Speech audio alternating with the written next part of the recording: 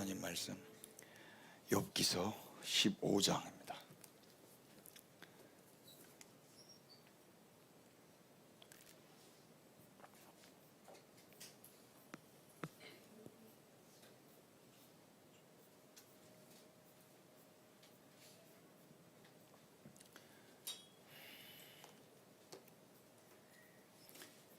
욥기서 15장 우리 1절부터 건강하신 분들 일어나셔서 하나님 말씀 읽죠. 한글을 아시는 분들은 우리 다 같이 선포하십시다. 1절부터 우리 6절까지만 읽겠습니다. 대만 사람 시작.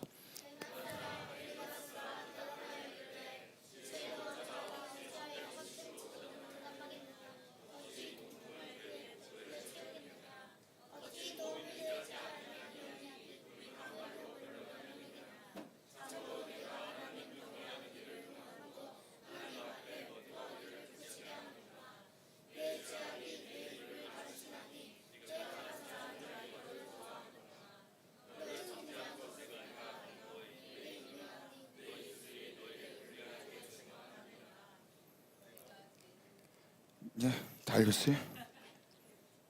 6절 너를 시작.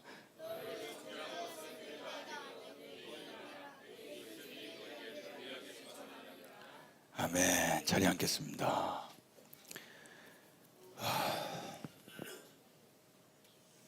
오늘 1시 좀 넘어서 시작했죠.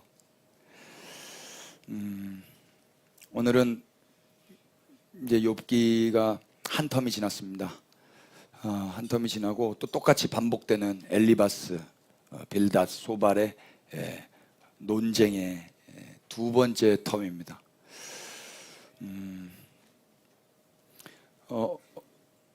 이 욥기 강해를 우리 대한민국의 한 큰 대형 교회에서도 우리가 시작한 다음 주에 시작을 했더라고요. 그래서 저도 관심을 갖고 예배가 끝나고 나면 그 목사님 설교를 들으러 갔어요. 근데 지난주에 보니까 저희보다 늦게 시작했는데 벌써 끝내셨더라고요. 왜냐하면 계속 반복되는 거니까 할 필요가 없다고.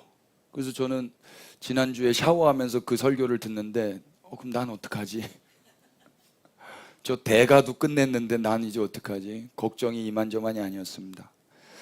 그분 말이 틀린 게 아니었거든요. 계속 반복되는 이야기인데 하나님 은혜 주셔서 오늘도 이 반복되는 엘리바스의 이 무시무시한 이야기를 통해서 하나님 우리에게 하시는 이야기가 있을 거라고 믿어졌습니다. 여러분들도 이 말씀 안에서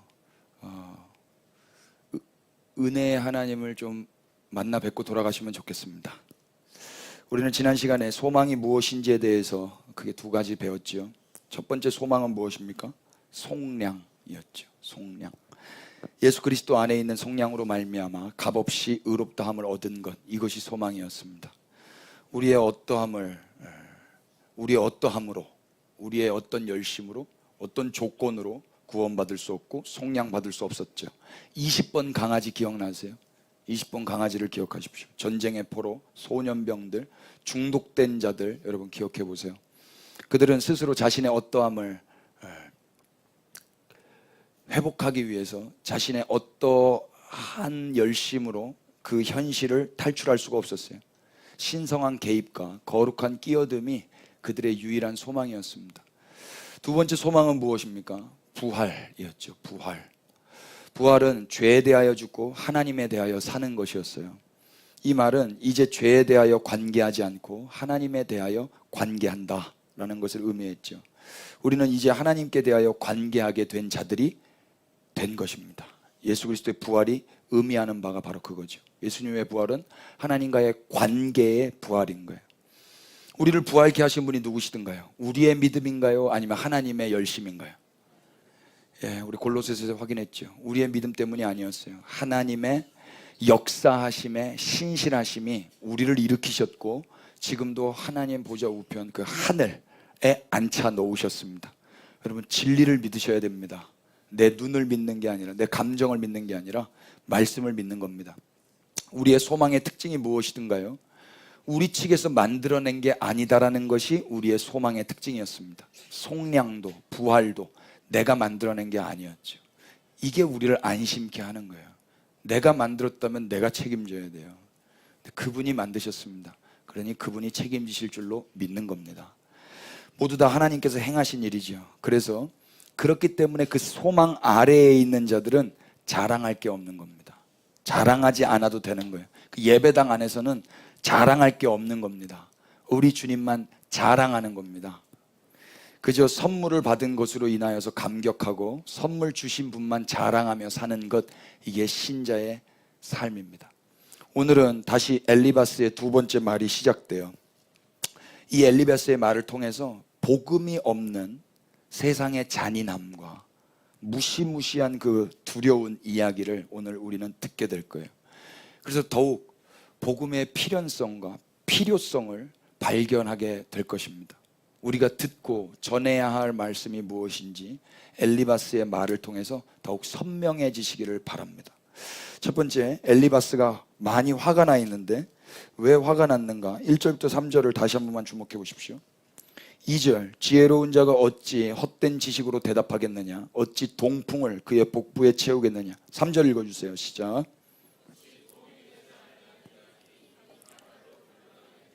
예, 지금 화가 많이 나 있어요. 지혜로운 자, 이건 욥을 의미하는 것 같아요. 너 지혜롭잖아.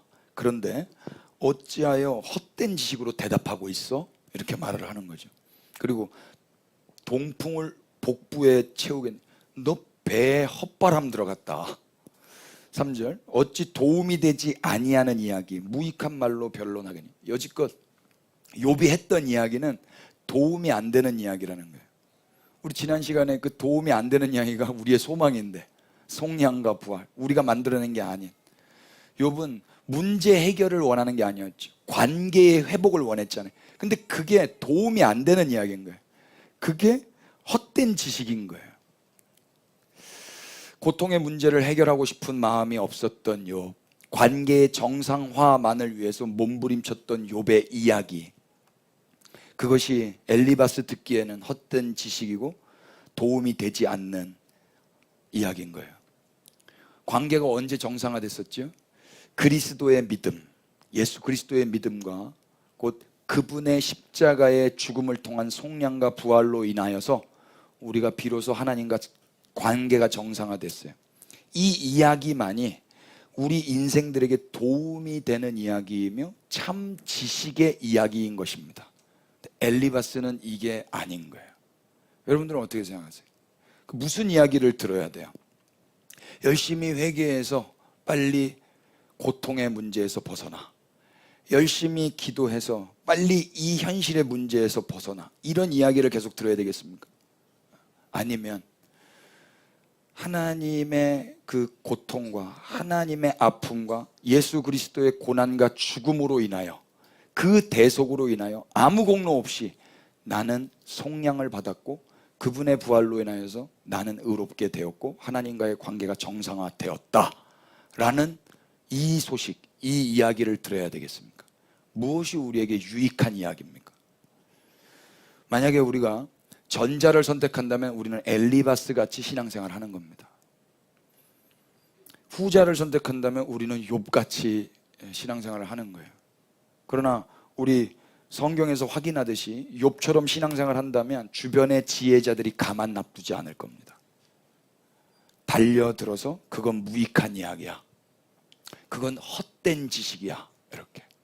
그러니까 세상에서 복음은 무익한 이야기가 되는 거고 헛된 지식이 되는 거예요. 과연 그렇습니까? 십자가의 이야기, 복음, 그것은 헛된 이야기입니까? 고린도전서 1장을 열어서 확인해 보십시다.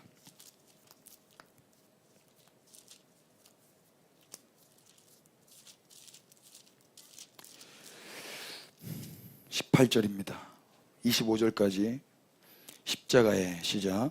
십자가의 도가 멸망하는 자들에게는 미련한 것이요 구원을 받는 우리에게는 하나님의 능력이라. 기록된 바 내가 지혜 있는 자들의 지혜를 멸하고 총명한 자들의 총명을 패하리라 하였으니 지혜 있는 자가 어디 있느냐? 선비가 어디 있느냐? 이 세대의 변론가가 어디 있느냐? 하나님께서 이 세상의 지혜를 미련하게 하신 것이 아니냐? 하나님의 지혜에 있어서는 이 세상이 자기 지혜로 하나님을 알지 못함으로 하나님께서 전도에 미련한 것으로 믿는 자들을 구원하시기를 기뻐하셨도다. 유대인은 표적을 구하고 헬라인은 지혜를 찾으나 우리는 십자가에 못 박힌 그리스도를 전하니 꺼리끼는 것이요 이방인에게는 미련한 것이로되 오직 부르심을 받은 자들에게는 유대인이나 헬라인이나 그리스도는 하나님의 능력이요 하나님의 지혜니라. 하나님의 어리석음이 사람보다 지혜롭고 하나님의 약하심이 사람보다 강하니라. 아멘. 이 말씀에 아멘이 되세요? 예. 근데 엘리바스가 여기 있었으면 비웃었을 겁니다. 그건 헛된 지식이다. 그건 무익한 이야기다. 그런데 아니에요. 십자가의 도가 멸망하는 자들에게는 미련한 것이지만 구원을 받는 우리에게는 하나님의 능력이 됩니다. 무슨 능력일까요? 구원하시는 능력이 되는 거예요. 이것밖에 없는 거예요. 구원받을 수 있는 길은. 기록된 바 어떻게 기록이 되어 있어요? 지혜 있는 자들의 지혜를 멸하고 총명한 자들 총명을 패하리라. 지혜 있는 자가 없다. 선비 없다. 변론가 없다. 하나님이 이 세상 지혜를 미련하게 했다. 이 세상 지혜로서는 하나님을 알 수 있다 없다? 없다는 거예요. 이 세상 지혜를. 여러분 우리 안에서 하나님을 알아서 여기에 왔습니까? 아니, 그런 사람은 하나도 없어요. 다 누구를 통해서 여기에 온 거예요. 그 누구를 통해서가 어떻게 왔는지 성경이 뭐라고 이야기해요? 하나님께서 전도에 미련한 것으로 믿는 자들을 구원하시기를 기뻐하셨도다. 이 말이 뭐예요? 너 안에 있는 지식으로 말미암아 구원받은 게 아니라 네가 생각했을 때 미련해 보이는 그것으로 인하여서 네가 여기까지 온 거다라는 거예요. 전도에 미련한 것. 여기서 미련한이라고 번역한 헬라 말이 모리아인데요, 이 단어가 불합리하다라는 뜻이에요. 불합리한. 그리고 전도라고 번역한 헬라 말이 케리그마예요. 그러니까 이것은 전도 행위를 의미하기도 하지만 복음, 말씀, 선포 그 자체를 의미하기도 하거든요. 그래서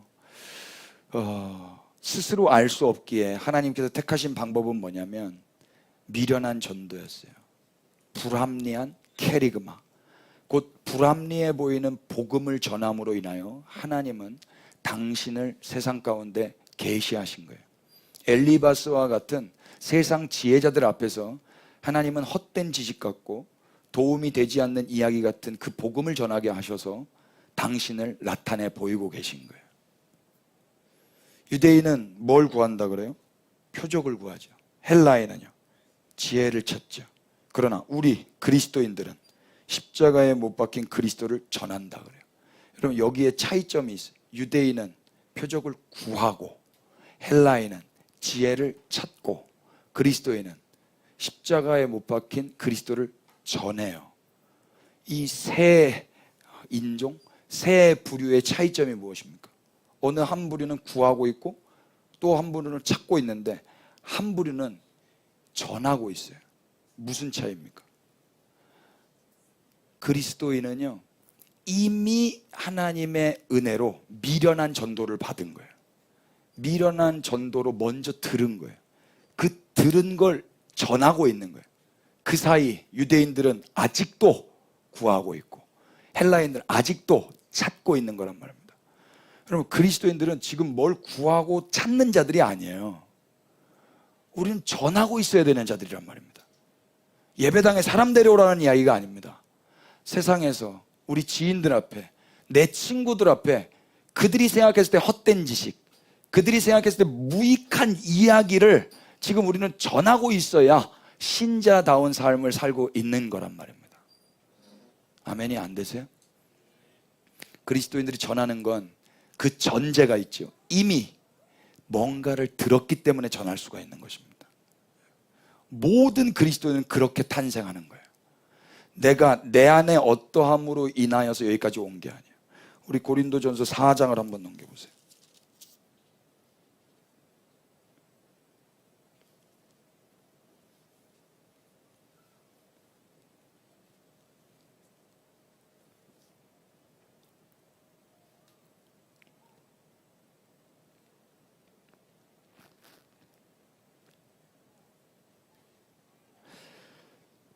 (6절부터) 보십시다. 형제들아, 시작. 형제들아, 내가 너희를 위하여 이 일에 나와 아볼로를 들어서 본을 보였으니 이는 너희로 하여금 기록된 말씀 밖으로 넘어가지 말라 한 것을 우리에게 배워 서로 대적하여 교만한 마음을 가지지 말게 하려 함이라. 누가 너를 남달리 구별하였느냐? 내게 있는 것 중에 받지 아니한 것이 무엇이? 네가 받았은지 어찌하여 받지 아니한 것 같이? 누가 너를 남달리 구별하였느냐? 이 구별하다라는 말이 무엇입니까? 거룩하게 했느냐라는 뜻입니다. 다른 말로는 성도가 되게 했느냐? 누가 너를 하나님 백성 되게 했느냐? 누가 너를 교회 되게 했느냐? 네게 있는 것 중에 받지 아니한 것이 무엇이냐? 그러니까 교회는, 성도는, 하나님의 백성은 어떻게 탄생하는 거예요? 내 스스로, 나의 어떠함, 내 지혜로 탄생합니까? 받아서 탄생한다 이야기예요. 다 받는 거예요.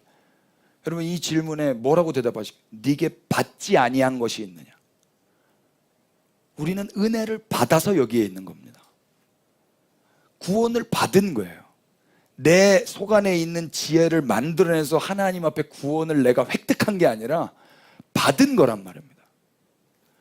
미련한 전도를 받아서, 그 불합리한 복음을 받아서 우리는 지금 나도 값없이 받았기에 그걸 증거하면서 사는 거란 말입니다. 그런데 이걸 모르는 사람들은 자기가 자기 안에서 이 모든 걸 만들어낼 수 있다라고 착각하고 있는 거예요. 이게 세상 지혜자들의 모습입니다. 복음이 필요 없죠. 받을 필요가 없다라고 생각을 하는 거예요. 배가 부른 겁니다. 그래서 뭐라고 그래요? 8절에 너희가 이미 배부르며 이미 풍성하며 우리 없이도 왕이 되었도다. 우리가 너희와 함께 왕노하기 위하여 참으로 너희가 왕이 되기를 원하노라. 의에 줄이고 목이 말라야 되는데 예수 그리스도 당신이 아니면 나는 아무것도 아닙니다. 주님이 주셔야만 받을 수 있습니다. 라는 갈증과 갈망이 없이 이미 배가 부른 거예요. 자기 지식, 자기 열심으로. 그게 엘리바스입니다. 그래서 그들은 자꾸 내가 뭘 할 수 있다라는 착각 속에서 뭔가를 자꾸 행하려고 하죠. 아직 받지도 못했고 찾지도 못했기 때문에 구하고 찾는 겁니다. 그러나 그리스도인들은 이미 은혜로 다 받았고 찾아졌기 때문에 그냥 그것을 전할 따름인 거죠. 그러니까 예배당 안에서 구하는 자들, 찾는 자들이 많다면 은혜가 뭔지를 모르는 걸 수도 있습니다. 예배당 안에는 뭘 해야 되는 거예요? 전하고 그분을 자랑스럽게 찬양해야 되는 거예요. 구하는 거 있다면 그것은 그분의 나라를 구하는 거고 그분의 언약 성취를 구해야 될 것입니다. 그분의 얼굴을 찾아야 될 것입니다. 그렇기 때문에 자신도 미련한 전도를 통해서 복음 소식을, 복된 소식을 들은 자들은 불합리해 보이는 미련한 복음을 세상 가운데 내가 비난을 받는다 할지라도 전하면서 세월을 보내는 거예요. 인간에게 뭔가를 하라고 하는 게 아니라 이미 십자가에서 무엇을 하신 그분을 증거하는 것, 이것이 그리스도인들의 본분인 것입니다. 따라서 그리스도교 신앙의 목적은 표적을 구하는 게 아니에요. 예전에 그런 거 되게 많았습니다. 어떤 분이 되게 아픈데 저보고 오라는 거예요. 신방을. 여기서 아픈 사람을 기도 한번 해주고 이 사람이 나면 그 사람이 예배당 올 것 같다는 거예요. 생판 모르는 사람들 저보고 오라는 거예요. 예, 하나님 그렇게도 일을 하십니다. 그러나 그렇게만은 일을 안 하십니다. 그러니까 그게 다가 아닌 거예요. 그게 표적, 기적, 이적, 그걸 찾는 게 아니에요. 그리스도인들은 어떤 사람들이에요? 더 자극적이고 더욱 감동적이고 극적인 기적과 표적을 구하는 건 그리스도인들이 아니라 유대인들인 거예요. 유대인들. 지혜를 찾는 거, 지혜를 찾기 위해 더욱 열심히 몰두하고 깨달음을 얻기 위해서 돌을 닦는 거, 그건 그리스도인이 아니에요. 그건 헬라인들인 거예요. 그건 예배당 안에서 성경을 묵상하는 게 뭘 깨닫기 위해서요? 그건 구원판 거예요. 그건 불자들인 거죠. 그 불자들도 성경을 읽지 않습니까? 우리는 이미 은혜를 받았기 때문에 그 복음을 증거하는 거란 말입니다. 예수천당 불신지옥이 아니라 예수께서 그리스도라는 거, 그분이 왕이시다라는 거, 인간은 소망이 없고 그분께만 소망이 있다라는 이 강력한 복음을 전하는 거예요. 그리스도인들은 이미 들은 예수님의 십자가 이야기, 그분의 불합리한 고난과 죽으심으로 인해 아무 공로 없이, 값 없이 은혜로 이 죄인이 죄 용서함을 받은 미련하고 불합리한 이야기를 전하는 거예요. 불합리한 죽음이 가져온 불합리한 은혜의 이야기 말이에요. 우리가 받은 게 합리적이에요, 불합리적이에요? 불합리한 거예요. 제가 이 말씀을 준비하고 밀양이란 영화를 다시 봤거든요. 전도연 씨가 엘리바스예요. 할 말 많은데 또 여러분들, 제가 그 영화를 보여드리려고 했는데 그러면 여러분들이 오늘 들었던 스토리를 다 까먹을 것 같아서 예배가 끝나고 밀양에 대해서 토론을 원하시면 제가 하고요. 여기까지만 하죠. 이제 그렇게 부르심을 받은 자들에게는 혈통과 상관없이 24절 보십시오. 1장 24절. 오직 부르심을 받은 자들에게는 유대인이나 헬라인이나 그리스도는 하나님의 능력이요 하나님의 지혜라. 부르심을 받은 자들은 유대인이라 할지라도 헬라인이라 할지라도 그리스도가 하나님의 능력이고 하나님의 지혜가 되는 거예요. 과거에 유대인들은 부르심을 받기 전에는 뭐 하고 있었어요? 기적을 찾고 있었죠. 헬라인들은 깨달음을 쫓고 있었죠. 그런데 그리스도로부터 부르심을 받은 자들은 그리스도가 하나님의 능력이고 하나님의 지혜라는 것을 알아서 그 그리스도를 증거하게 된단 말입니다. 혈통과 상관없이. 무엇에 사용되는 능력이고 무엇을 알게 하는 지혜예요. 소망 없는 죄인을 구원하는 능력이고 그런 하나님을 알게 하는 지혜, 그것이 바로 하나님의 능력, 하나님의 지혜인 그리스도이신 겁니다. 예수 그리스도가 그래서 능력이시며 지혜라는 말이 바로 그런 뜻이에요. 예수님만이 능력이시고 예수님만이 지혜라는 건 하나님을 알게 하는 능력이고 어떻게 죄인이 구원받을 수 있는가에 대한 지혜라는 거예요. 능력이라는 거. 현재 욥은 이 무제한 예수 그리스도께서 받은 고난과 죽음의 예표로 성경 안에서 등장하고 있다고 저는 믿어요. 그래서 성경에 욥이 있는 거예요. 그래서 욥은 고난과 상실을 경험하고 있는데 엘리바스는 이걸 모르고 자신의 경험과 연륜과 지혜로 욥에게 그런 복음의 개념은 헛된 지식이고 무익한 이야기라고 충고하는 걸 넘어서 비난까지 하고 있는 거예요. 본문 15장 4절로 한번 넘겨보십시오.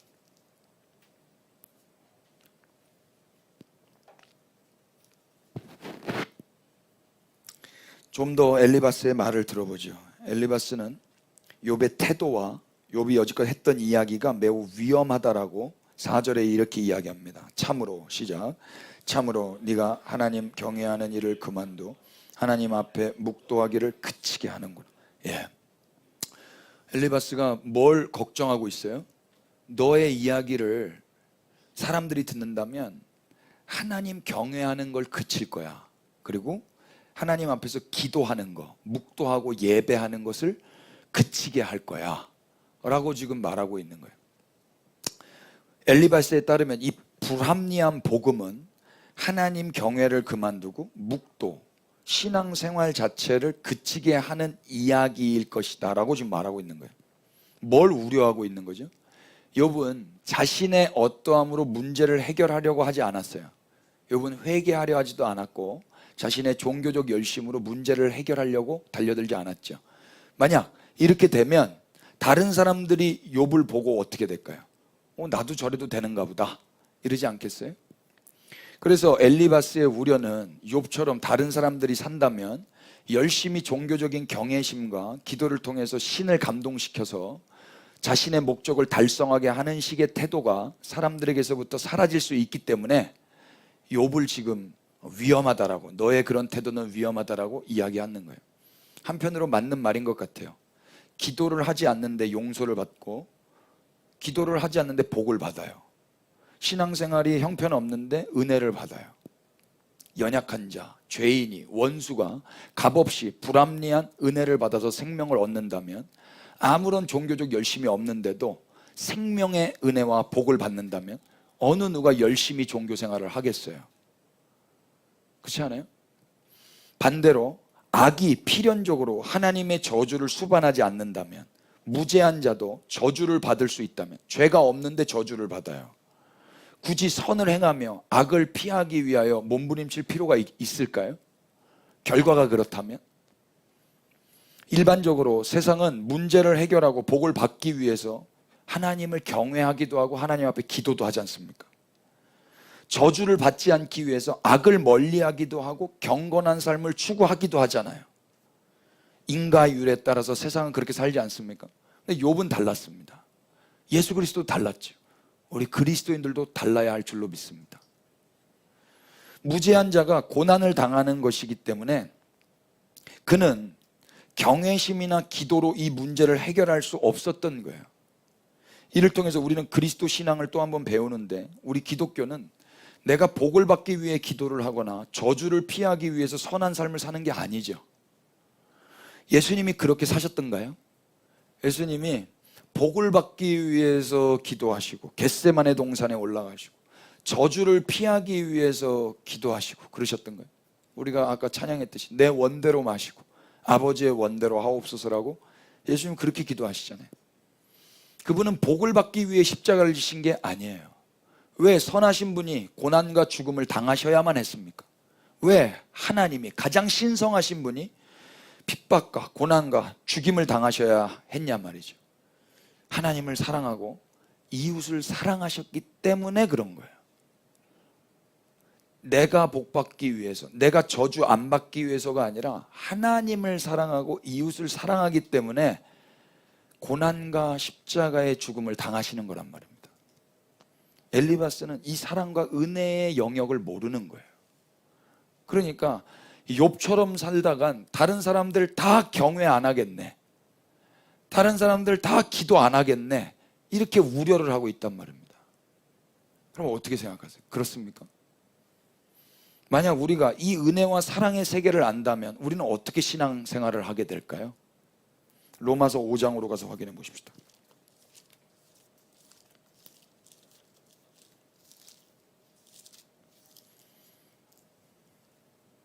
18절부터. 그런즉 한 범죄로 많은 사람이 정죄에 이른 것 같이 한 의로운 행위로 말미암아 많은 사람이 의롭다 하심을 받아 생명에 이르렀느니라. 한 사람이 순종하지 아니함으로 많은 사람이 죄인 된 것 같이 한 사람이 순종하심으로 많은 사람이 의인이 되리라. 20절 21절 시작. 율법이 들어온 것은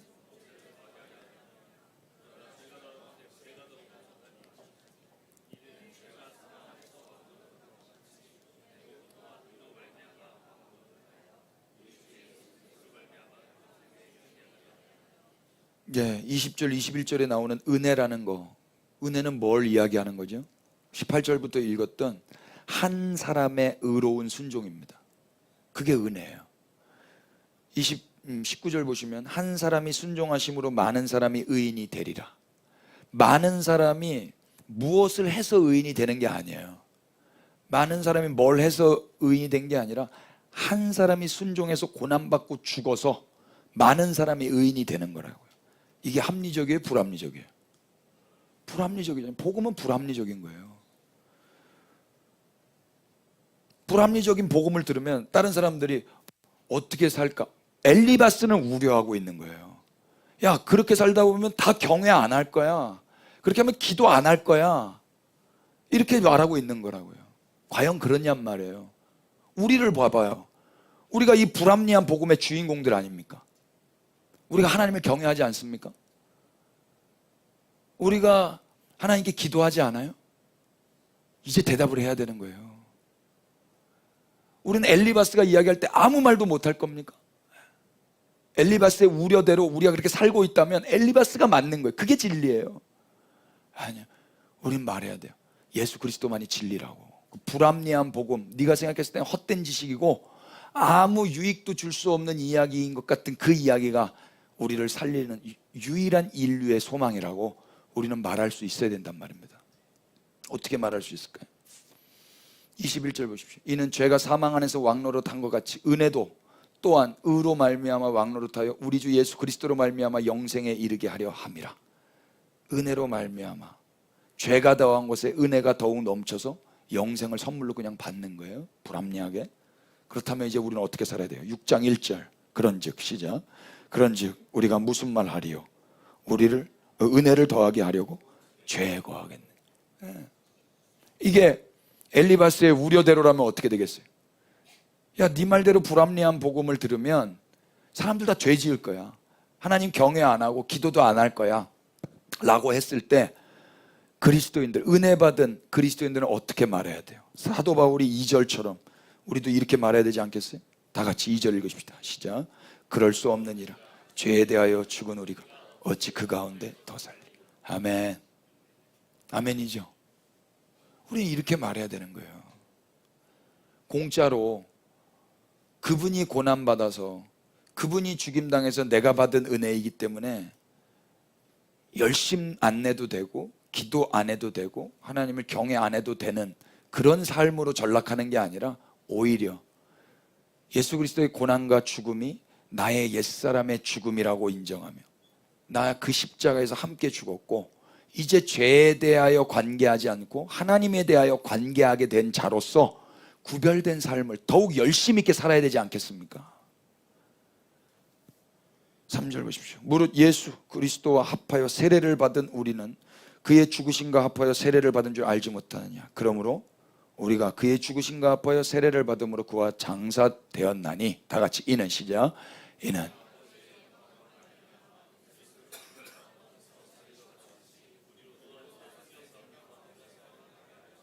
아멘.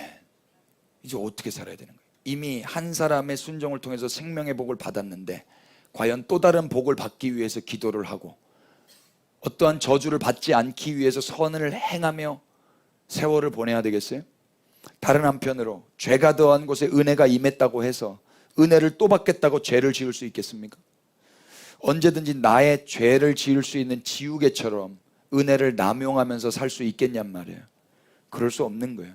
은혜를 받았다는 것의 의미를 몰라서 사람들이 그렇게 말할지는 모르겠지만 은혜가 뭔지를 아는 사람은 이제 그렇게 살지는 못하는 겁니다. 우리 이제 어떻게 살아야 되는가? 오늘 말씀에서 읽었듯이 이제는 새 생명 가운데 살게 하셨기 때문에 이제는 새 생명을 주신 그분을 위하여 그분 안에서 사는 것입니다.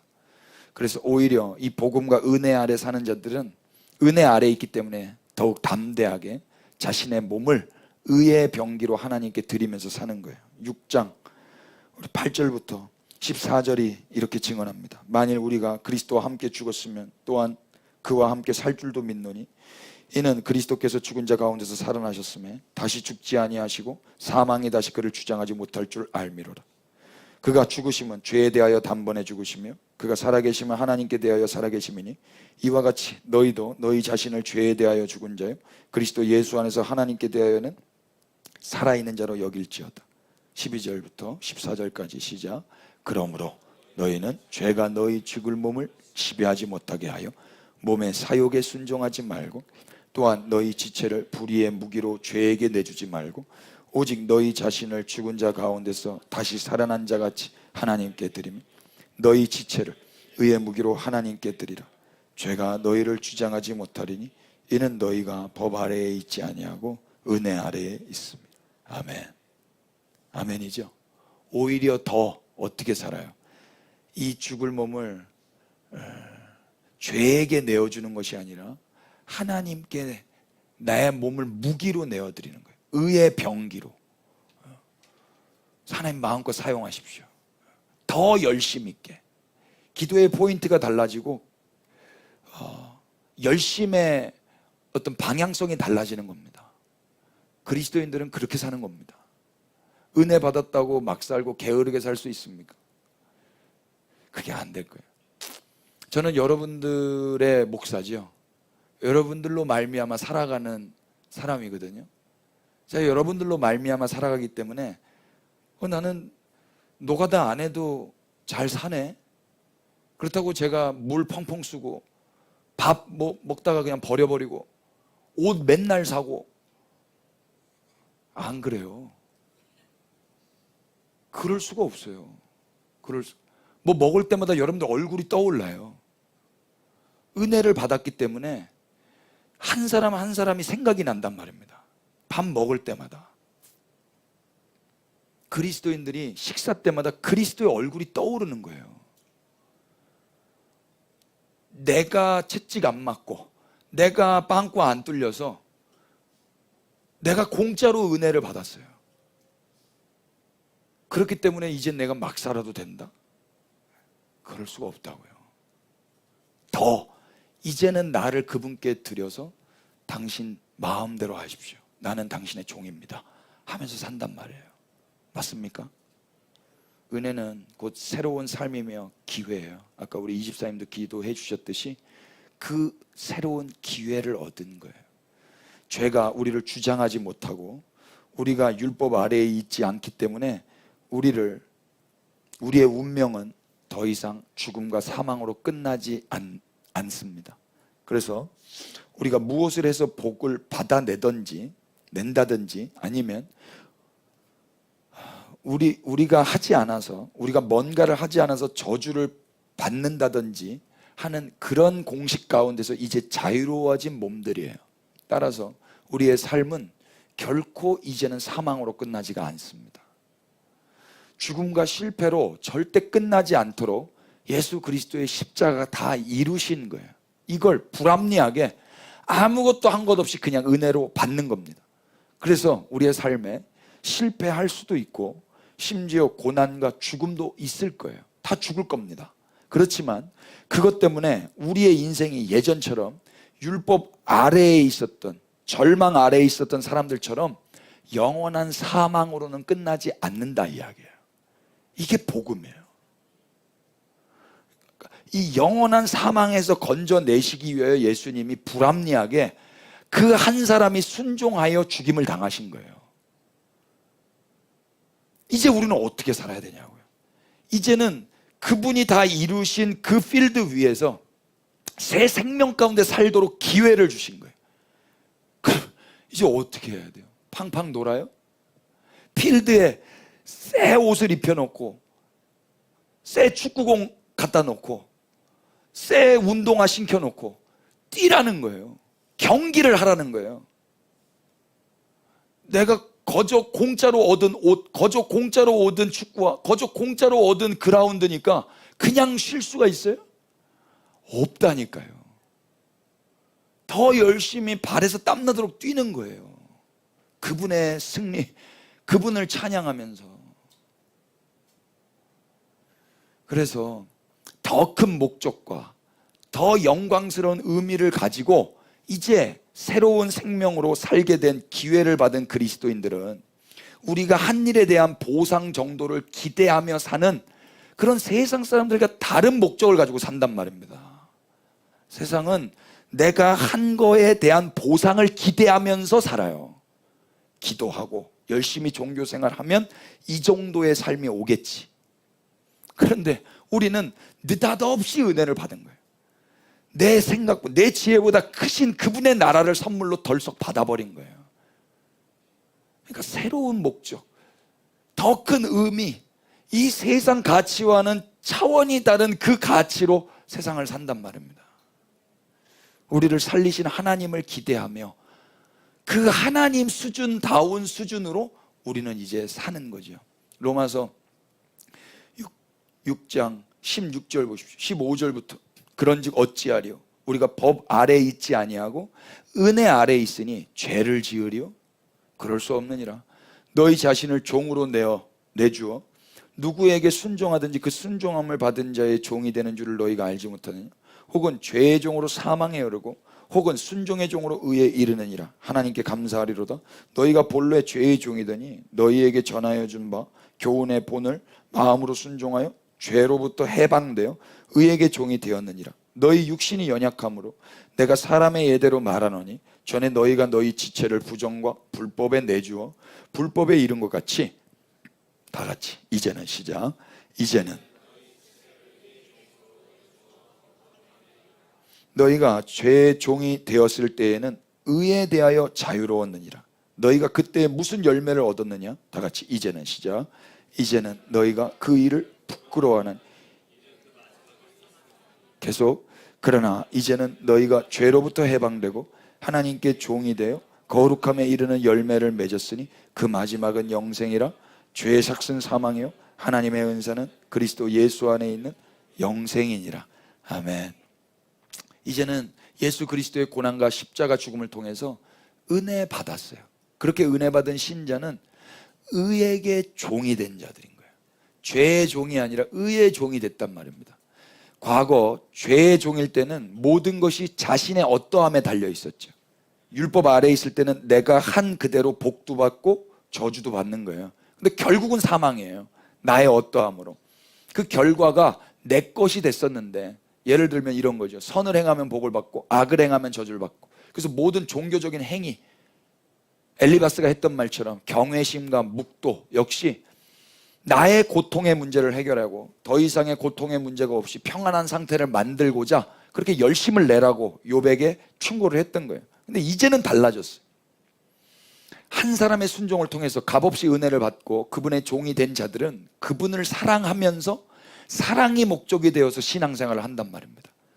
보상이 목적이 되어서, 저주가 아닌 복이라는 보상이 목적이 되어서 신앙생활을 하는 게 아니라 이미 받아놨기 때문에 그분의 종이 되어 그분을 사랑하면서 신앙생활을 하는 자로 바뀌었단 말입니다. 그래서 과거에는 죄의 종으로서 자신이 한 일에 대하여 보수를 받고 살았다면, 지금은 종은 종인데 사랑하는 하나님의 종으로서 사는 거예요. 하나님이 보수가 되어서 하나님께 영원한 삶을 선물로 받고 그분을 사랑하면서 하루하루를 종으로 사는 겁니다. 출애굽기 21장으로 가십시다. 그런 종이 여기 한 명 나옵니다. 2절, 출애굽기 21장 2절. 구약성경 113페이지 정도 있습니다. 네가 히브리 종을 사면 그는 6해 동안 섬길 것이요 7째 해에는 몸값을 물지 않고 나가 자유인이 될 것이며, 만일 그가 단신으로 왔으면 단신으로 나갈 것이요 장가 들었으면 그의 아내도 그와 함께 나가려니와, 만일 상전이 그에게 아내를 주어 그의 아내가 아들이나 딸을 낳았으면 그의 아내와 그의 자식들은 상전에게 속할 것이요 그는 단신으로 나갈 것이로되, 만일 종이 분명히 말하기를 내가 상전과 내 처자를 사랑하니 나가서 자유인이 되지 않겠노라 하면, 다 같이 6절 시작. 상전이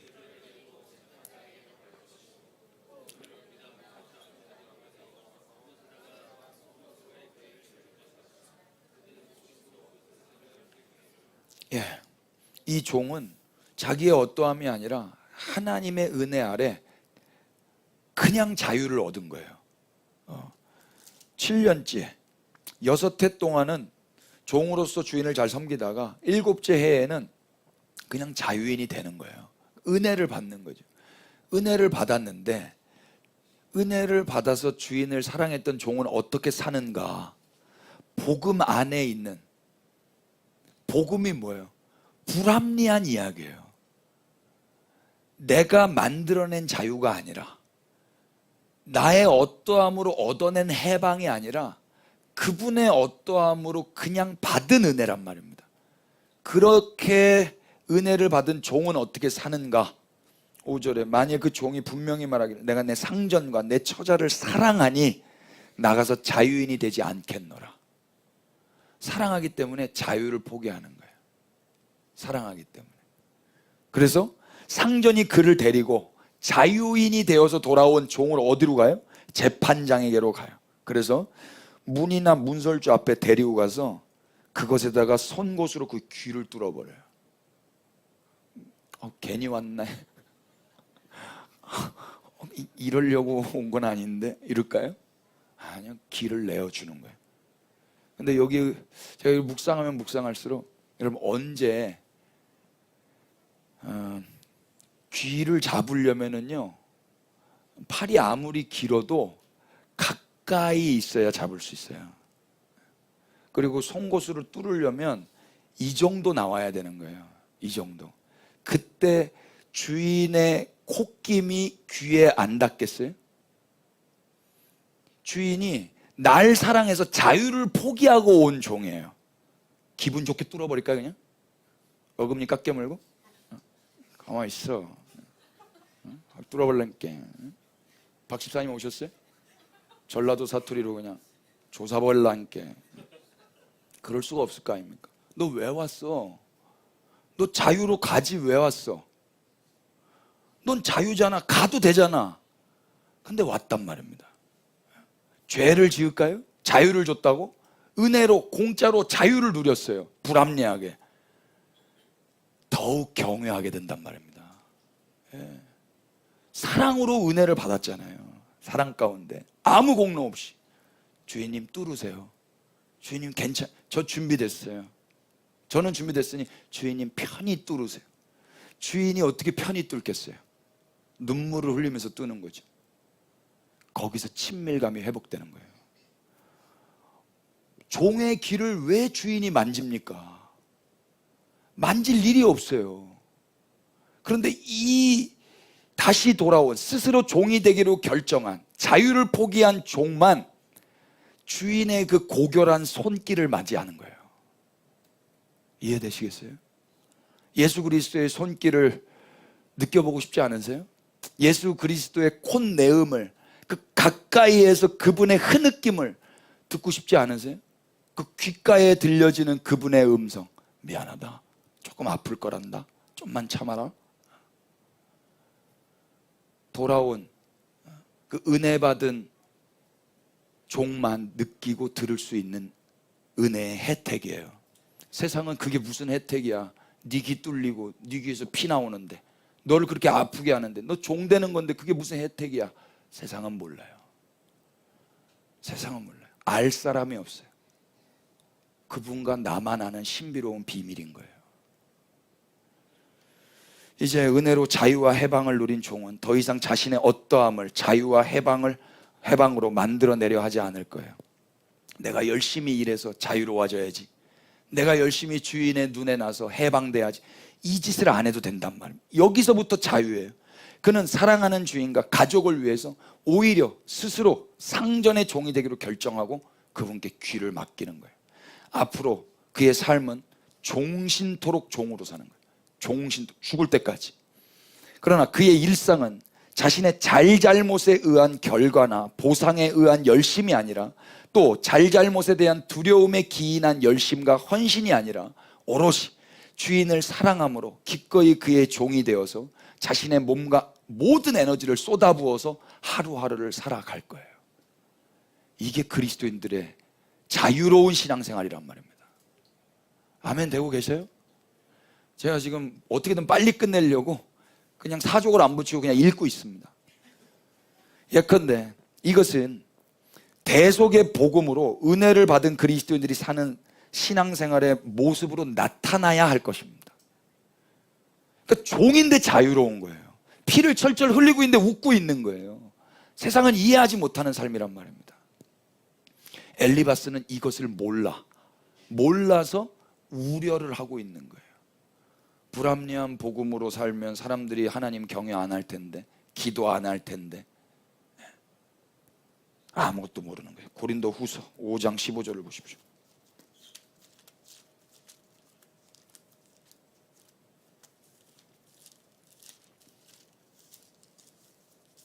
다 같이 17절까지 읽으십니다. 그가, 시작.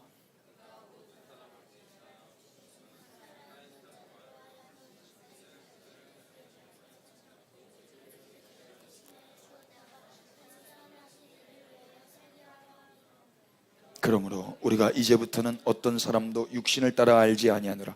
비록 우리가 그리스도도 육신을 따라 알았으나 이제부터는 그같이 알지 아니하노라. 그런즉 누구든지 그리스도 안에 있으면 새로운 피조물이라. 이전 것은 지나갔으니 보라 새 것이 되었도다. 아멘. 새 것이 된 사람들은 어떻게 살아요? 다시는 그들 자신을 위하여 살지 않는 것입니다. 나를 불합리하게, 내가 죽어야 되는데 나를 대신하여 죽으신 그분을 위하여, 그리고 날 대신하여 사신, 나와 함께 사신 그분을 위하여 사는 것입니다. 이게 새로운 피조물들의 삶의 모습인 거예요. 우리도 엘리바스가 우려하지 않도록 주인과 타인을 위해서 이 종의 삶을 잘 살아야 할 것입니다. 엘리바스가 우려해요. 그러니까 세상이 왜 우려합니까? 그리스도인들을 보면 왜 밀양이라는 영화가 나오는 거예요? 우려하는 거예요. 넌 그렇게 불합리하게 용서받았어? 근데 그것도 제가 영화를 다시 보니까 전도연 씨가 잘못됐더만요. 전도연 씨는 내가 속 시원한 걸 은혜 받은 줄로 착각했어요. 내가 울고 내가 하소연하고 가슴이 뻥 뚫렸어요. 그러니까 된 줄 알았다. 여러분 신앙생활 하잖아요. 울면 다 끝난 줄. 울면 그렇게 당상할 수가 없어요. 오늘 예배 끝나고 울잖아요. 그럼 그렇게 기뻐요. 그렇게 당당할 수가 없어요. 근데 운 게 뭔데요 도대체? 드라마만 봐도 우는데 뭐. 안 울어도 돼요. 맨날 수련회 때마다 다른 애들은 우는데 난 눈물이 안 나. 그걸 가지고 회개했어요. 하나님 나는 철면피예요. 수련회 가는데 그게 두려워서 못 가겠더라고. 올해도 눈물이 안 나면 어떡하지? 올해도 다 울어야 돼요. 수련회 때는요. 난 눈물이 안 나는 걸 어떻게 해요? 울면 되는 거예요? 전도연 씨가 그 구역 모임 할 때 그러잖아요. 하나님이 원수도 사랑하라 그랬으니 원수를 사랑해야 되겠어요. 집사님들이 말려요. 속으로 사랑하면 됐지. 용서했으면 됐지. 꼭 그 교도소까지 가야 돼? 가야 되겠어요. 꽃 사들고 가지 않습니까? 그래서 나는 하나님의 사랑을 전하러 왔어요. 나도 힘들었지만 하나님이 나에게 찾아오셔서 위로를 주셨어요. 그분이 뭐라고 그래요? 다행입니다. 저에게도 그 하나님이 찾아오셨습니다. 그 하나님이 나도 용서해 주셨습니다. 거기서 미쳐버리는 거예요. 내가 용서를 안 했는데 하나님이 용서해? 그럼 왜 갔어요? 용서를 안 했으면 끝까지 용서하지 말지. 용서하지 말았어야죠. 하나님 저는 용서가 안 됩니다 하고 괴로워했어야죠. 그래야 복음을 안단 말입니다. 먼저 행동해버렸잖아요. 자기가 꽤 근사한 사람이 된 것처럼. 그 한 번 운 거 가지고 거리에서 나가서 찬양한 것 가지고 살아계신 주 거리에서 찬양하고 있거든요. 송강호 씨 옆에서 같이 찬양하다 친구들과 가면 담배 피고 있고. 그렇게 신앙생활 하니까 잘못된 거란 말이에요. 그런 영화가 나온 거예요.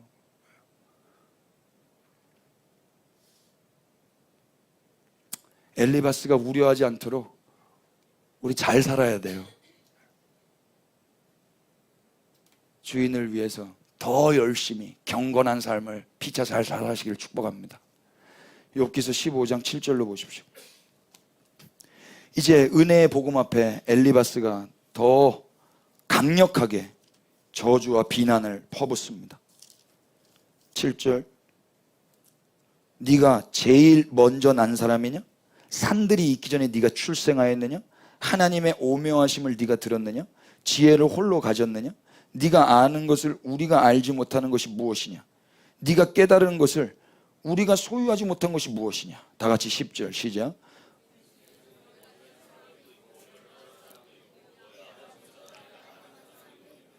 아멘.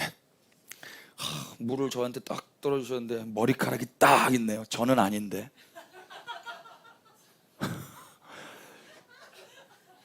은혜로 줬으니 먹으라는 거예요?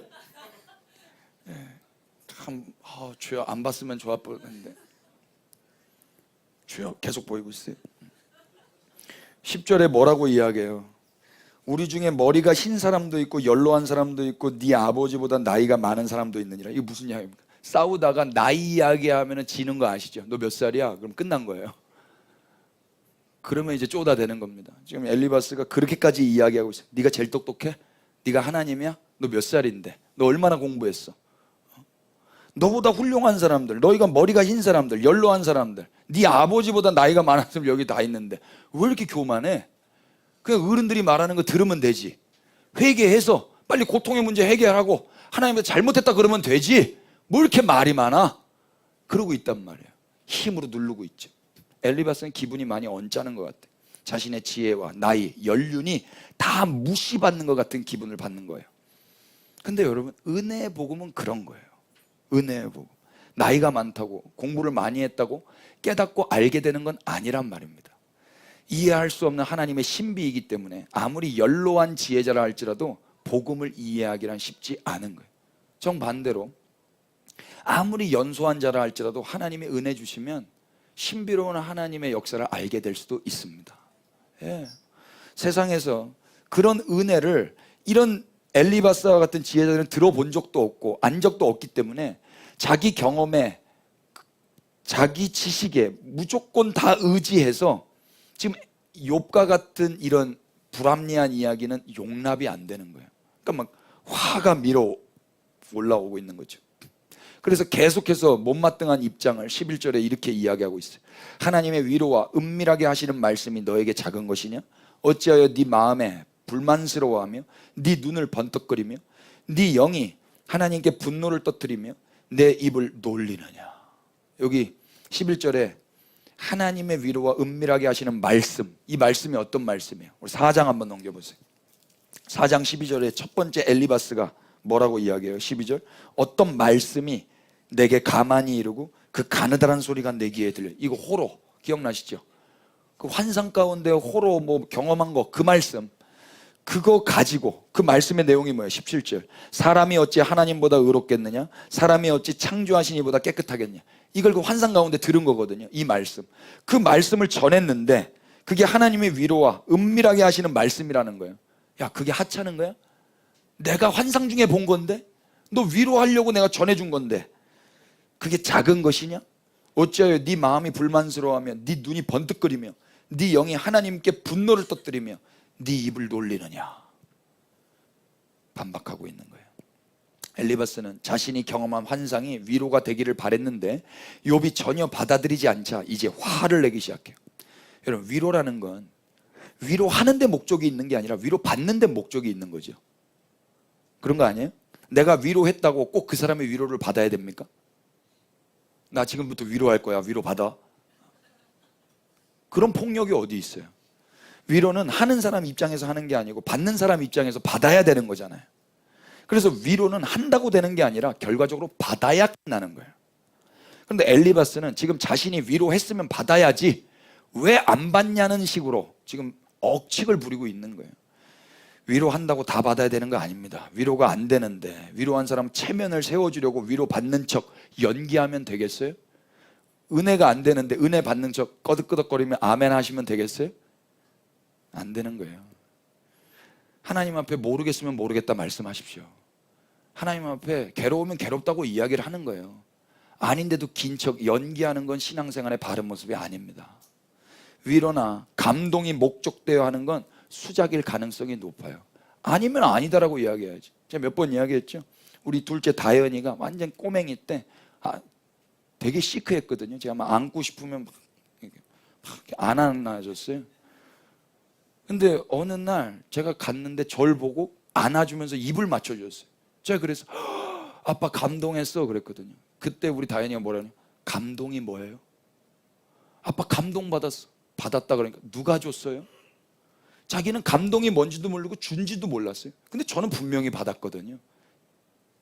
그러니까 주는 게 목적이고 감동이 목적인 건 대체로 수작이에요. 우리 자매님들, 형제님들, 누가 감동이 목적으로 접근한다고는 개수작인 거예요. 위로가 목적이다. 설교에서 막 위로가 목적이 돼버보세요. 그럼 여기 완전 드라마장 됩니다. 심파극장 됩니다. 눈물 흘리게 할 수 있는데, 그러니까 기독교가 이렇게 수준이 전락한 거예요. 위로 안 받으셔도 돼요. 감동 안 받으셔도 돼요. 예수 그리스도 이미 받았지 않습니까? 예. 그러니까 설교자는 위로를 주는 게 목적이 아닌 거예요. 내가 주면 그 사람이 나한테 고개를 숙일 거 아닙니까? 내가 감동을 주면 나한테 고개를 숙일 거 아닙니까? 주님을 찬양해야죠. 맞습니까? 사랑은 자기의 유익을 구하지 않는다 그랬어요. 그래서 위로와 감동이 목적이 되어서는 안 되는 거예요. 사랑하는 사람은 나를 위해서 감동을 주고 위로해서 내가 칭찬받아야지, 내 뜻을 이루어야지, 이렇게 안 한단 말이에요. 사랑하기 때문에 그냥 하는 거예요. 그냥 했는데 그것이 그냥 위로와 감동을 선사했을 뿐입니다. 그래서 준 자도 모르고 그냥 받은 자만 아는 거예요. 엘리바스는 이 사랑을 모르는 거예요. 피차 아무런 대가나 보상도 기대 없이 사랑함으로 하십시다. 감동을 주기 위함도 아니고 위로를 하기 위함도 아니에요. 감동과 위로가 목적이 되면 징그러워져요. 설교는 그래서 감동과 위로가 목적이 아니에요. 그러면 징그러운 설교가 되는 거예요. 예배가 감동과 위로가 목적이 되면 쇼가 되는 거예요. 쇼가. 그냥 틀린 대로 가는 거예요. 우리처럼 그냥 하는 거예요. 은혜 받은 자 그냥 잊어버리잖아요. 그냥 한 주 지나면. 그래서 화가 난 엘리바스는 본격적으로 하고 싶은 이야기를 14절부터 이렇게 이야기하죠. 한번 읽어보세요. 14절 16절 시작. 사람이 어찌 깨끗하겠느냐, 여인에게서 난 자가 어찌 의롭겠느냐. 하나님은 거룩한 자들을 믿지 아니하시나니 하늘이라도 그가 보시기에 부정하거든 하물며 악을 저지르기를 물 마심같이 하는 가증하고 부패한 사람을. 이거 누구 들으라고 하는 이야기야? 너는 악을 저지르는 건 물 마시는 것처럼 하는 죄인이잖아. 근데 네가 어떻게 깨끗할 수 있어? 네가 여자 몸에서 나왔는데 어찌 하나님 앞에서 의롭다 할 수 있겠어? 이 말을 하고 싶은 거예요. 화가 난 엘리바스는 사람은 하나님 앞에서 깨끗해질 수 없고 의로워질 수 없다. 너는 악을 저지르기를 물 마심같이 한다. 그래서 용납받을 수 없는 존재다. 임열구라고 하죠. 입만 열면 구라. 그런 너를 하나님이 어떻게 용서하며 용납할 수 있겠냐라고 이야기하면서 17절, 내가 너에게 보이리니 내게서 들으라. 아주 더 폭력적으로 이야기해. 그냥 들어. 내가 본 것을 설명하리라. 이는 곧 지혜로운 자들이 전하여 준 것이니 그들의 조상에게서 숨기지 아니하였느니라. 뭐라고 그래요? 너 그냥 귀 닫고 네 생각 닫고 네 눈 닫고 내가 말하는 것만 들어. 내가 말하는 건 지혜로운 자들이 대대로 전해준 거야. 여러분, 복음은 이런 게 아니에요. 이건 전설이고 전통일 수는 있지만 하나님의 생명의 말씀은 아니에요.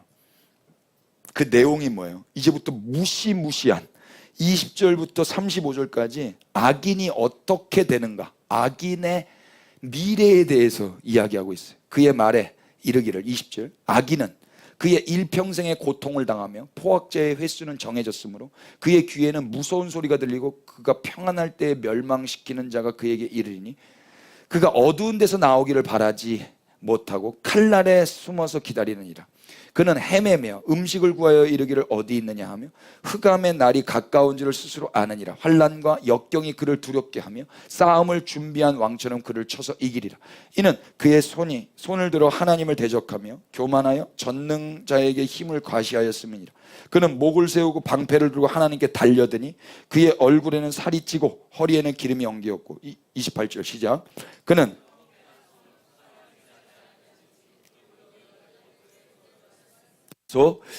부유하지 못하고 재산이 보존되지 못하고 그의 소유가 땅에서 증식되지 못할 것이라. 어두운 곳을 떠나지 못하리니 불꽃이 그의 가지를 말릴 것이라. 하나님의 입김으로 그가 불려가리라. 그가 스스로 속아 허무한 것을 믿지 아니할 것은 허무한 것이 그의 보응이 될 것임이라. 그의 날이 이르기 전에 그 일이 이루어질 것인즉 그의 가지가 푸르지 못하리니 포도 열매가 익기 전에 떨어진 것 같고 감람꽃이 곧 떨어짐 같으리라. 경건하지 못한 무리는 자식을 낳지 못할 것이며 뇌물을 받는 자의 장막은 불탈 것이라. 그들은 재난을 잉태하고 죄악을 낳으며 그들의 뱃속에 속임을 준비하느니라. 아멘. 저주, 거의 반협박으로 환난과 역경과 고통과 무서운 소리가 네 인생에 가득할 거다. 이렇게 지금 이야기를 하고 있는 거예요. 모두 욥들이라고 하는 비난과 저주예요. 맞아요. 우리는 다 악인이기 때문에 이 비난과 이 저주를 우리가 받아야 마땅해요. 엘리바스 말이 틀리지 않죠. 우리도 황폐한 성읍에 살아야 맞고 부유하지 못해야 맞아요. 열매 없는 삶을 살아야 마땅한 게 이 죄 많은 인간들의 현실의 모습이어야 합니다. 그런데 오늘 우리는 너무 잘 살죠. 오늘 우리는 너무 평안하죠. 오늘 우리는 너무 안전하지 않습니까? 이유가 뭐예요? 우리의 어떠함 때문이에요? 우리가 기도를 많이 해서요? 우리가 회개를 했기 때문입니까? 불합리한 복음 때문인 것입니다. 엘리바스가 왜 이렇게 화가 났어요? 욥의 말, 곧 은혜의 복음을 용납할 수 없기 때문이에요. 불합리한 복음을 인정할 수가 없어요. 욥은 죄가 있기 때문에 고난을 당하는 것인데 불합리한 고난을 당한다고 욥이 계속 말하기 때문에 이 말이 엘리바스 귀에는 계속 거슬리는 거예요. 엘리바스 듣기에 매우 거슬리고 못마땅할 뿐만 아니라 이제는 저주를 퍼붓고 싶은 그런 대상이 되어버린 거죠. 근데 은혜의 복음이란 건 그런 거예요. 전도연 씨가 그 용서받은 그 감옥 안에 있는 사람, 그 사람이 못마땅해 죽여버리고 싶었던 것처럼 은혜의 복음은 그래야 맞단 말입니다. 그 사람의 태도에도 문제가 있지만 은혜의 복음 자체가 그런 거예요. 그런 거.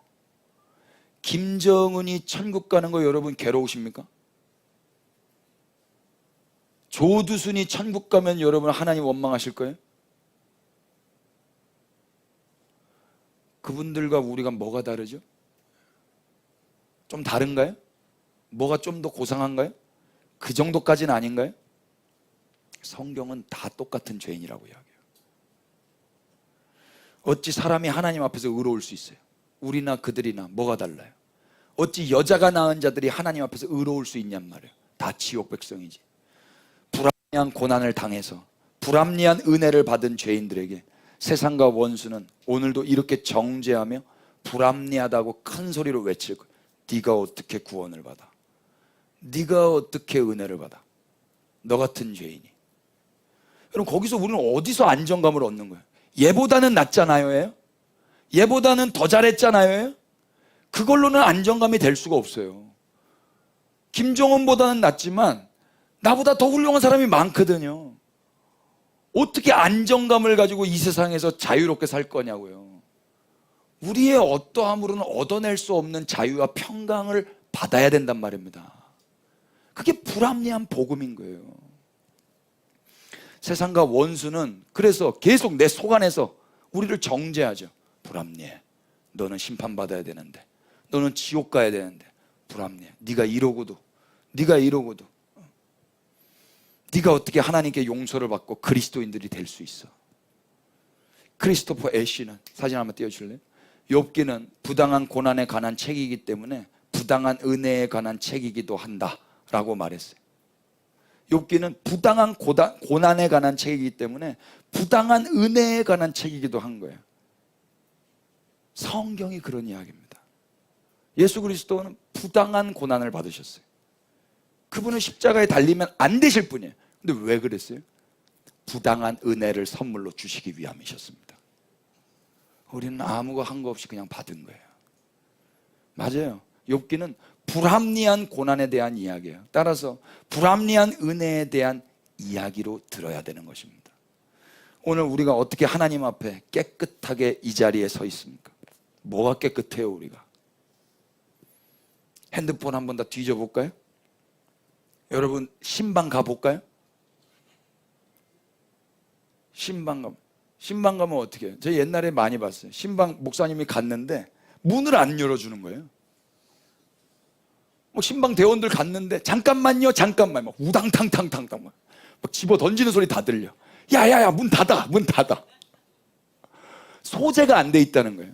그럼 하나님이 그러시, 하나님은 우리에게 신방 그렇게 기다려 주시던가요? 문 열고 들어와 버리신 거예요. 더러워도 괜찮아. 그거 치우러 온 거야. 냄새나도 괜찮아. 그거 치우러 온 거야. 냄새나서 안 왔으면 애초부터 시작하지 않았어. 더러워서 너를 버렸다면 애초부터 시작하지 않았어. 불합리한 복음을 우리가 받았단 말입니다. 죄인이, 나은 자가 어떻게 세상에서 의롭다 칭함을 받을 수 있어요? 우리는 불합리하게 의로워졌어요. 편애를 받았단 말입니다. 우리는 의로워지면 안 되는, 아니 의로워질 수 없는 불가능한 죄인들이었어요. 그런 우리가 불합리한 은혜를 받은 거예요. 로마서 4장 25절 보십시오.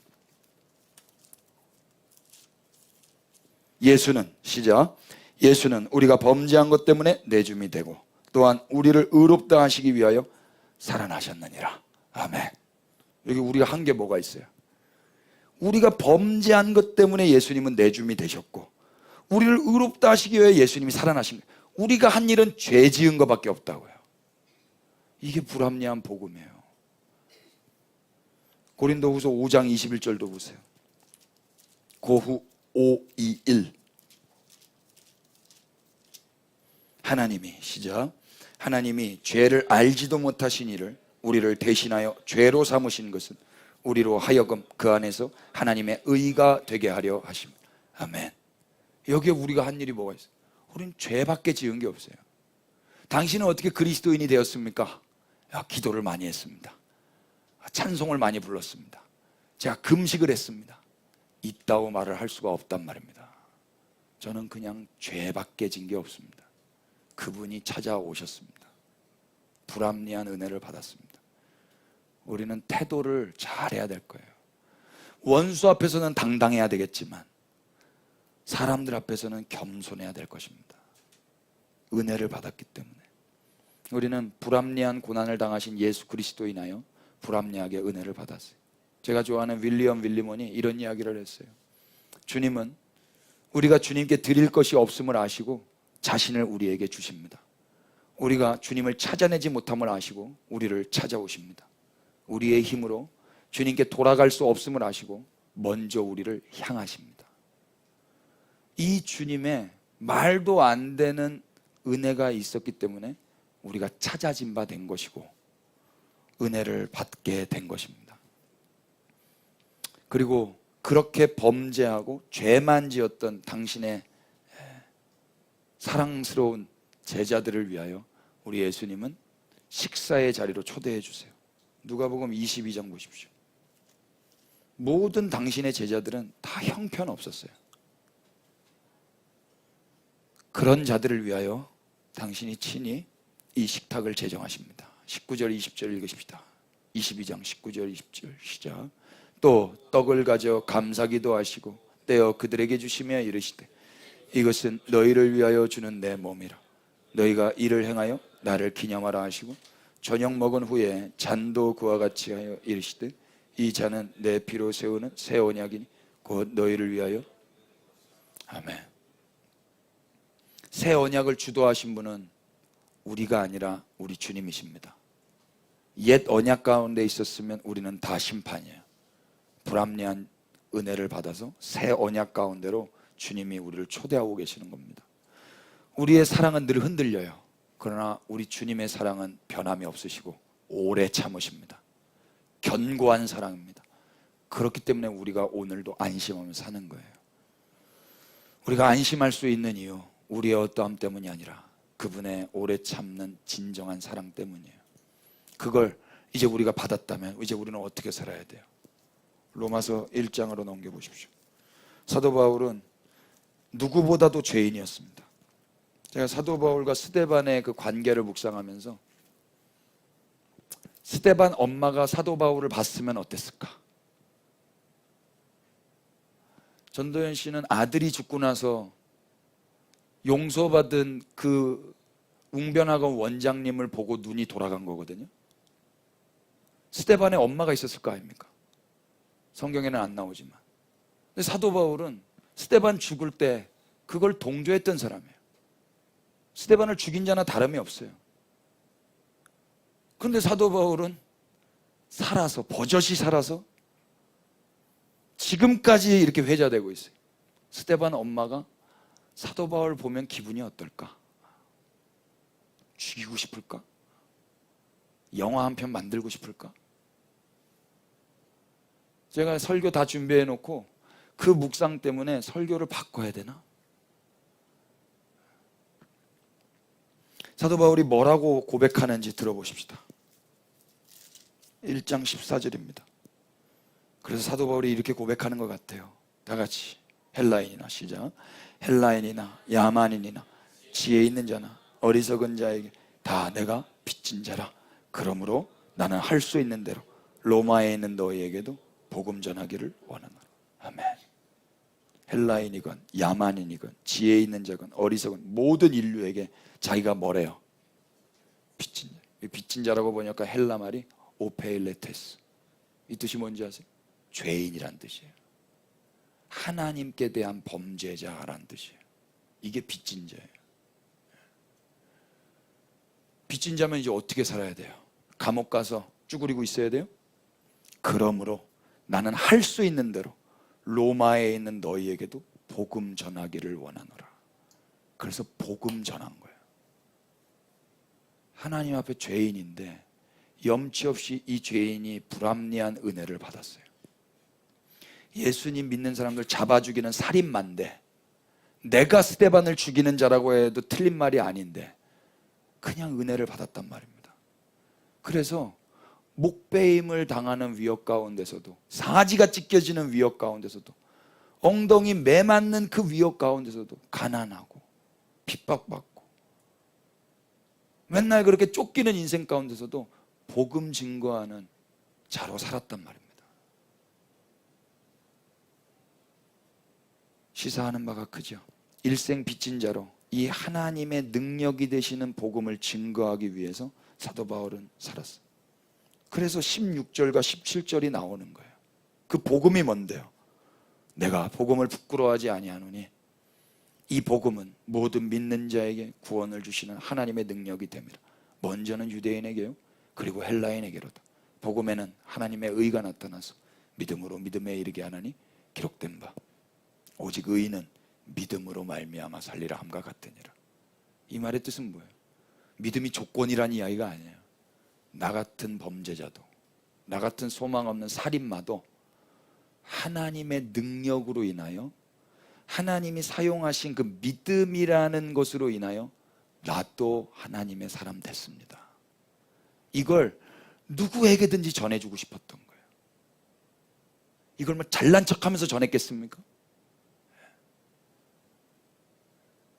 여러분, 우리는 원수 앞에서는 담대해야 될 것입니다. 원수가 늘 우리에게 말하는 거 있잖아요. 네가 그리고도 그리스도이냐? 너가 은혜 받을 자격이 있어? 너가 그리스도인 맞아? 너의 삶을 봐봐. 그렇게 원수 앞에 우리가 농락당할 때 우리는 어떻게 살아야 돼요? 네가 아무리 농락해봐봐. I'm still Christian. 난 여전히 크리스찬이야 라고 말을 해야 될 거예요. 그러나 세상 앞에서는 어떻게 해야 될까요?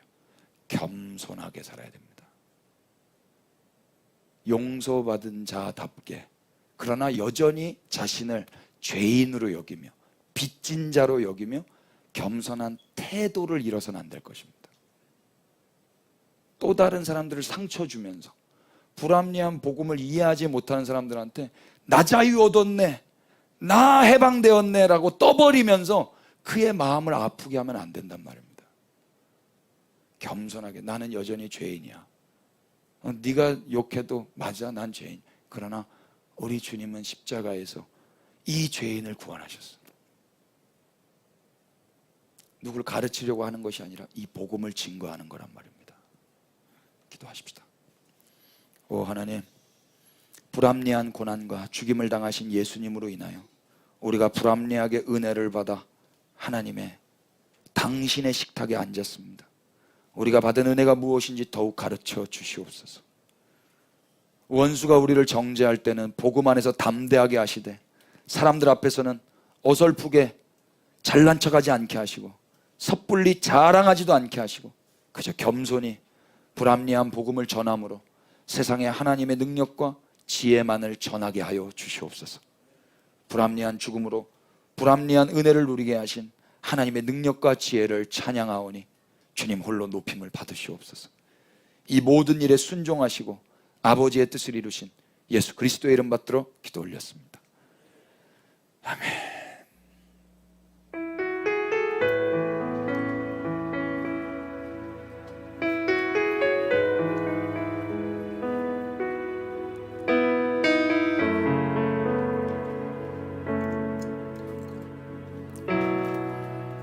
이 시간에 자격 없는 자들을 당신의 식탁으로 초대하셔서 당신의 살과 피를 내어주시는 우리 주님을 묵상하시면서 불합리한 고난을 당하시고 불합리한 은혜를 누리게 하신 주님 앞에 우리 찬양과 경배로 또 우리의 마음의 중심을 올려드리시며 나아가십시다.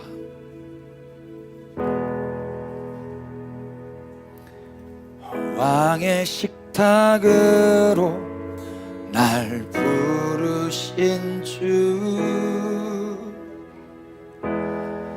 왕의 식탁에서 날 돌보시네.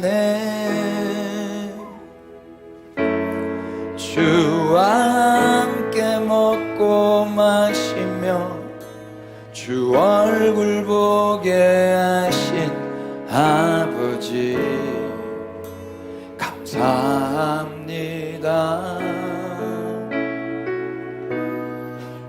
같은 죽은 개를 부르신 주, 황폐한 땅에 버려 잊혀진 나, 왕의 식탁에 앉으며 주 음성 듣게 하신 아버지, 나를 드립니다.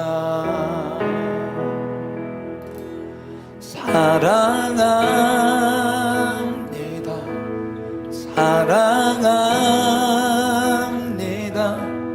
나의 수치를 거두신 아버지, 사랑합니다. 사랑합니다. 나의 수치를 거두신 아버지, 왕의 식탁으로, 왕의 식탁으로 날 부르신 주, 왕의 식탁에서 날 돌보시네. 주와 함께 먹고 마시며 주 얼굴 보게 하신 아버지, 감사합니다. 나 같은 죽은 개를 부르신 주, 황폐한 땅에 버려 잊혀진 나, 왕의 식탁에 앉으며 주 음성 듣게 하신 아버지, 나를 드립니다. 왕의 식탁에 앉으며, 왕의 식탁에 앉으며 주 음성 듣게 하신 아버지, 나를 드립니다. 왕의 식탁에 앉으며, 왕의 식탁에 앉으며 주 음성 듣게 하신 아버지, 나를 드립니다.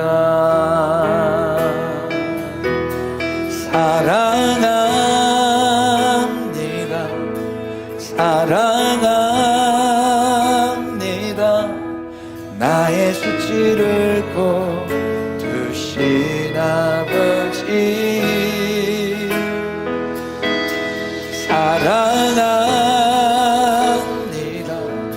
사랑합니다. 나의 수치를 거두신 아버지, 예, 사랑합니다. 사랑합니다. 사랑합니다. 나의 수치를 거두신 아버지, 사랑합니다. 사랑합니다. 예, 이 시간 주님 앞에 반응하며 나아가십시다. 우리 목소리 높여서 왕의 식탁으로, 왕의 식탁으로 날 부르신 주, 예, 왕의 식탁에서 날 돌보시네. 주와 함께 먹고 마시며 주 얼굴 보게 하신 아버지, 감사합니다. 예, 나 같은 죽은 개를 부르신 주, 황폐한 땅에 보며 잊혀진 나 왕의 식탁에 앉으며 주 음성 듣게 하신 아버지 나를 드립니다. 왕의 식탁에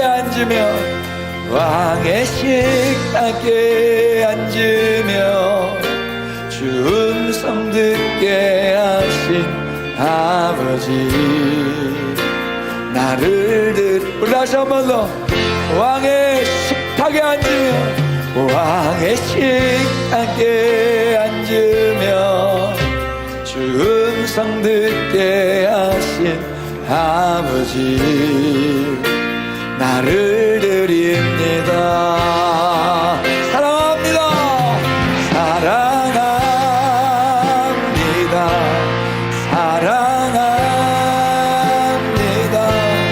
나의 수치를 거두신 아버지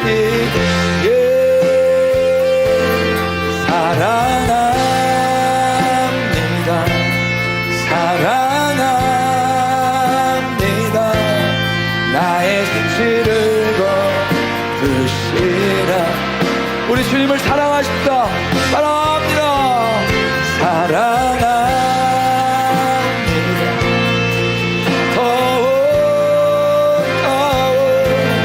나의 수치를 거두신 아버지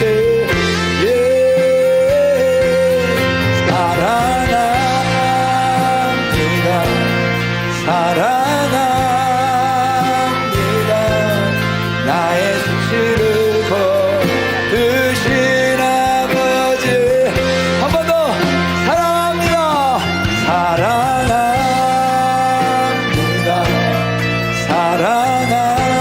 사랑합니다. 나의 수치를 거두신 아버지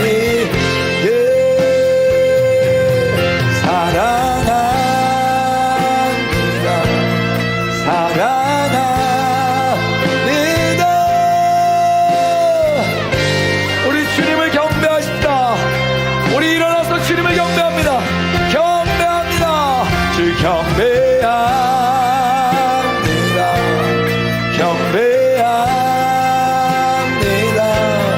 나의 수치를 거두신 아버지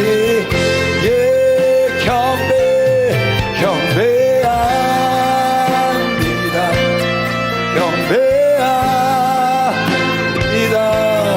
나의 수치를 거두신 아버지 주님 찬양합니다.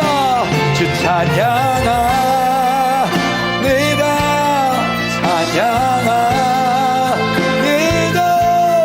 나의 수치를 거두신 아버지 주 찬양합니다.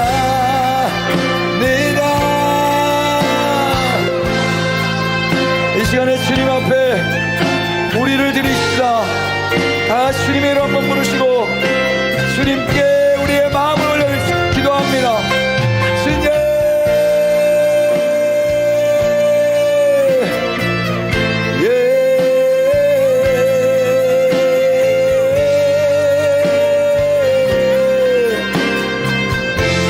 불합리하게 고난당하시고 죽임당하신 주님으로 인하여 용서받을 수 없는 자들이 용서받았고 사랑이 뭔지 모르는 자들이 사랑이 뭔지 알았습니다. 오 주님, 당신의 그 희생과 그 순종하신 그 은혜가 우리를 살리셨습니다. 주님, 이제 원수 앞에 담대하게 살아가겠습니다. 세상 앞에 그 거짓 메시지 앞에 신뢰한 것들 앞에 주님 이제 담대하게 살아가겠습니다. 주님, 그러나 또 세상 앞에서는 늘 빚진 자의 마음으로 하나님 앞에 염치 없는 죄인으로 겸손하게 살아가겠습니다. 헛된 것 수고하지 않으며 은혜 받은 것 감사히 여기며 주의 나라와 주의 영광을 위하여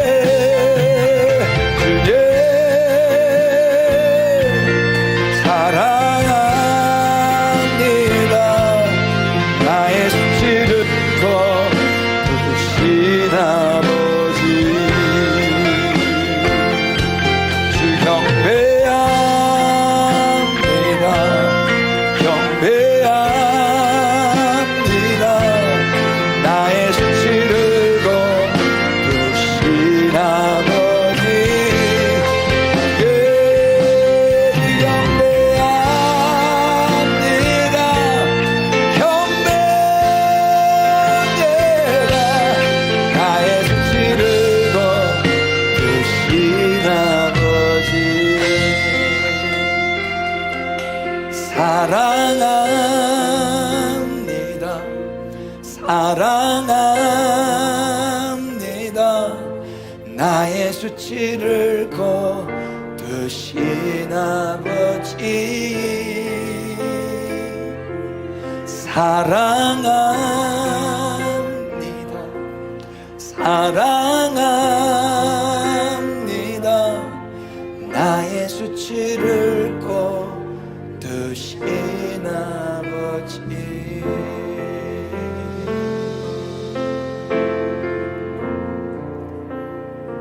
이미 예수 그리스도 십자가 안에서 우리의 수치는 다 거두어졌습니다. 우리는 자유와 해방을 누린 불합리한 은혜를 받은 자들입니다. 여러분, 원수의 정죄함 앞에 담대하게 살아가시기를 축복합니다. 그러나 또 우리 세상 앞에서는 겸손하게 살아가십시다. 은혜 받은 자의 태도가 중요합니다.